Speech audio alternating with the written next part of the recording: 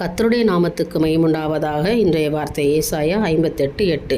அப்பொழுது விடியற்கால வெளுப்பை போல் உன் வெளிச்சம் எழும்பி உன் சுகவாழ்வு சீக்கிரத்தில் துளிர்த்து உன் நீதி உனக்கு முன்னாலே செல்லும், கர்த்தருடைய மகிமை உன்னை பின்னாலே காக்கும். அல்லேலூயா.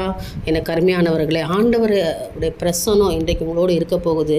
அவருடைய மகிமை உங்களுக்கு பின்னாலே இருந்து பாதுகாக்க போகுது. ஏனென்றால் சுகமான வாழ்வு, சந்தோஷமான வாழ்வு, ஆரோக்கியமான வாழ்வு சீக்கிரத்தை துளிர்க்கிறதாம். துளிர்த்து பூ பூத்து காய் காய்த்து கனி தர போகுது என்பதே தேவன் இன்றைக்கி ஒரு அடையாளமாக உங்களுக்கு சொல்கிறார். நம்புறீங்களா?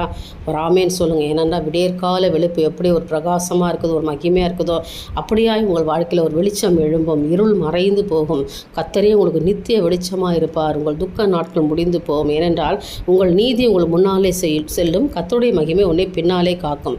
முன்னும் பின்னும் நீங்கள் செய்கிற நற்காரியங்களுக்கு முன்னால் ஆண்டோடைய மகிமை பின்னால், இப்படி ரெண்டுமே சேர்ந்து வழிநடத்தும் பொழுது உங்கள் சுகவாழ்வு சீக்கிரமாய் துளிர்த்து கர்த்தருடைய மகிமை உங்களை பாதுகாத்து நடத்துகிறதா இருக்க போகிறது. நம்புகிறவங்க ஒரு ஆமேன்னு சொல்லுங்கள். ஒரு விசுவாசமாக ஒரு அல்லேலூயா சொல்லுங்கள். ஏனென்றால் இன்றைய நாள் ஒரு அற்புதத்தின் நாளாக உங்களுக்கு இருக்க போகுது. உங்கள் வாழ்க்கையில் நீங்கள் பெறப்போகிற ஆசீர்வாதங்கள் மிகவும் திரளாக இருக்க போகுது. காரணம், உங்கள் சுகவாழ்வு சீக்கிரம் துளிர்க்கிறது. நீங்கள் துளிர்த்து இன்றைக்கி ஆசீர்வாதத்தை பெற்றுக்கொள்ள போகிறீங்க. நிச்சயமாய் தேவன் உங்களுக்கு செய்வாராக. என் தேவனுக்கே மகிமை உண்டாகட்டும். ஆமேன்.